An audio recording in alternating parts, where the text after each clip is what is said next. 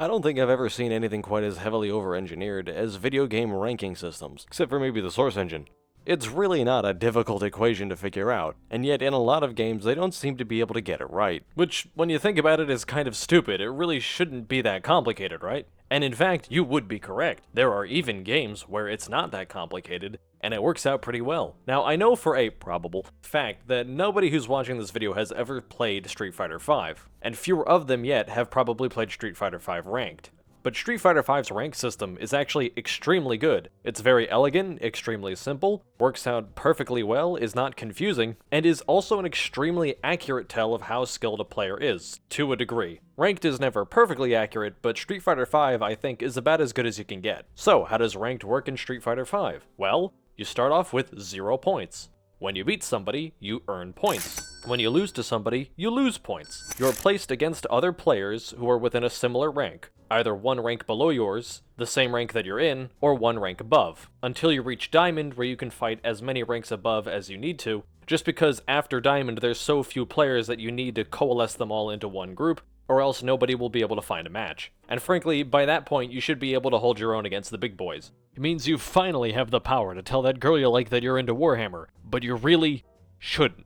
And that's pretty much it. It's extremely simple. If you win, you gain points. If you lose points. When you gain X points, you rank up. When you lose Y points, you rank down. If you beat somebody above your rank, you get a few more points. If you beat somebody below your rank, you get a few fewer points. And frankly, I'm not exactly sure why every game can't use this. Or at least something more similar to this. Because frankly, some of the shit some of these developers come up with is absolutely insane, and I'm pretty sure it was designed by either a lizard person or a robot, which would make sense for Blizzard employees.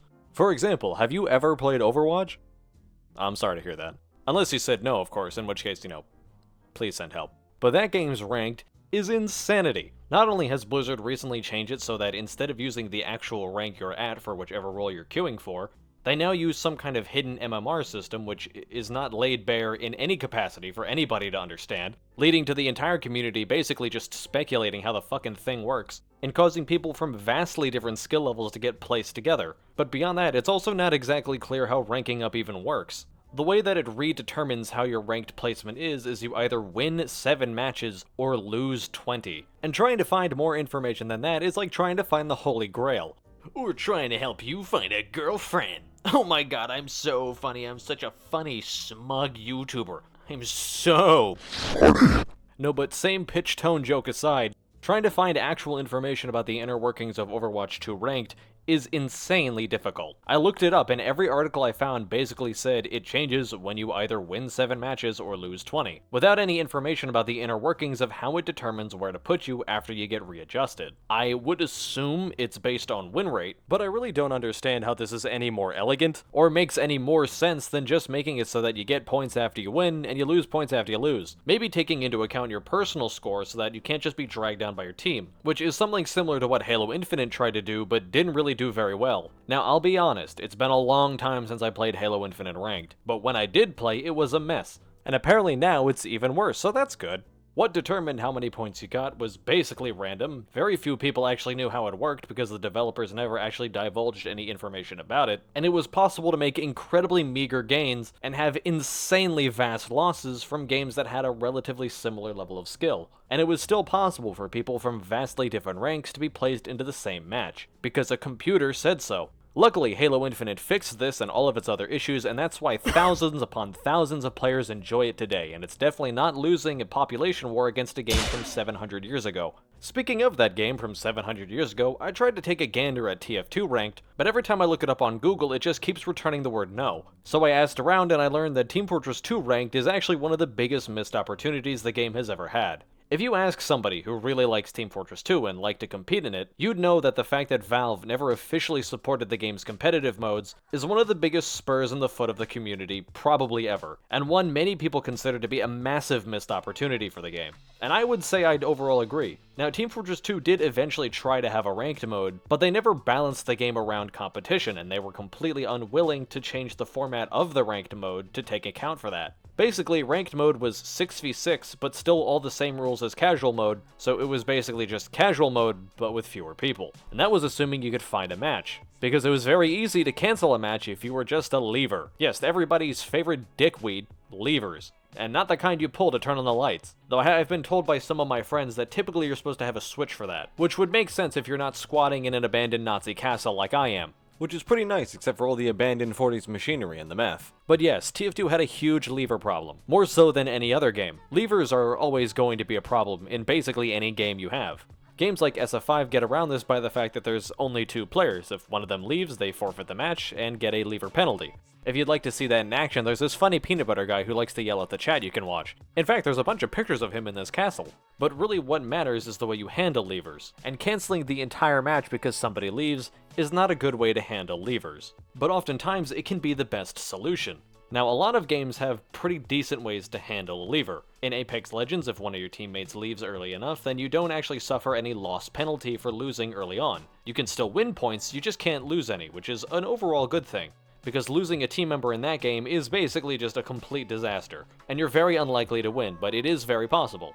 In a game like Overwatch, of course, you can't really do something like that because players would then be incentivized to exploit that to make it so that their teammates couldn't lose rank, even if you harshly punish the one person doing it.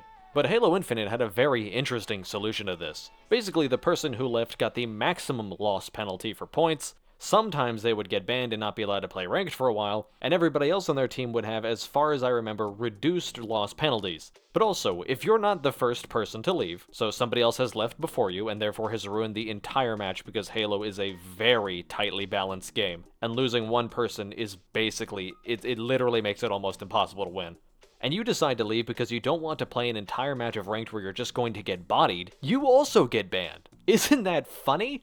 No, it's not! Like, you sons of bitches did that to me, and you're not even gonna let me have my pilot helmet from Reach? You rat bastards. And that's not even talking about the magic of engagement-based matchmaking. And if you don't know what that is, buckle up, cause this is fucking awful. Engagement-based matchmaking is basically this fun new algorithm that's been going around for a while that tries to determine the optimal amount of losses and wins to give to a human to get them to keep playing the game. And based on where you are in this engagement scale, they will try to give you better or worse teammates to make it so that you're more likely or less likely to win or lose. Instead of just gathering 10 random players so that you have an actual test of skill, it tries to influence the outcome by putting worse players on one team and better players on another, in varying degrees. So in case you weren't paranoid enough when you were playing an online video game, now you have that to worry about. You're welcome. And you might be saying, well, who cares? I don't play ranked, I don't give a shit about this. I think ranked is dumb. And that's fair, I can understand why you might think that.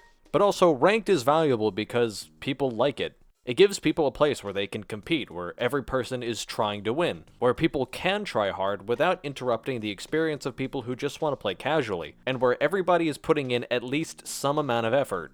Everybody's on the same playing field, and that goes for the casual modes once there is a ranked mode. If there is ranked and you're playing casual, then that probably implies that you're trying to play casually, for the most part. And if you're playing ranked, that, for the most part, implies that you're actually trying to win. Of course, some people break the line on this, some people troll in ranked to specifically make it harder for other people to win, but either way, having a ranked system is overall good in any game people actually want to compete in. And typically, if your game is fun and it has any competitive integrity, then people are going to want to compete in it. Team Fortress 2 did not start off as a competitive game, and I don't think at any point that Valve really intended for it to be one, but that didn't stop the players who found the game enjoyable and who found that there was a lot of competitive integrity in the game from trying to create their own leagues. So providing a service for these players and a place for them to strut their stuff and fight against one another is a valuable thing overall. It improves the experience of every player in the game. This is fucking pointless. All these matches feel like they're fucking absolutely everything I do is pointless. As you can see, it gets a lot of the tryhards out of casuals, and it gets a lot of the casuals out of the tryhard matches, and it provides a good playground for people to practice against one another. So having a good ranked system that makes sense and can accurately showcase the skill levels of all of the players involved and match them against equally skilled opponents is extremely important, which is why I just don't understand why so many games have such a hard problem with this, when it's really not a hard problem to solve. So far, I think the best rank systems I've ever seen are in Street Fighter V and in Apex Legends, and the fact that these two games have effectively the exact same thing, with minor adjustments between them. and that they work both in a team game and in a game where there is no team proves that I think this is the best way to make a rank system until we get something even better. And I'm just not sure why so many games fail at basic math. Like, I know half of the video game development staff is spending their day doing crunch, and then the other half is busy covering up sex scandals, but I feel like this is really not a difficult solution to implement. And frankly, I think we should all come together and complain on Reddit until nothing is changed, farming other people for what should be valueless Reddit awards, and solving pretty much nothing, or we could just champion for better systems in a way that's actually constructive, like shooting paintballs at the Blizzard offices. Thank you very much for watching. If this video was good enough, you know what button to click. You know the little button right there.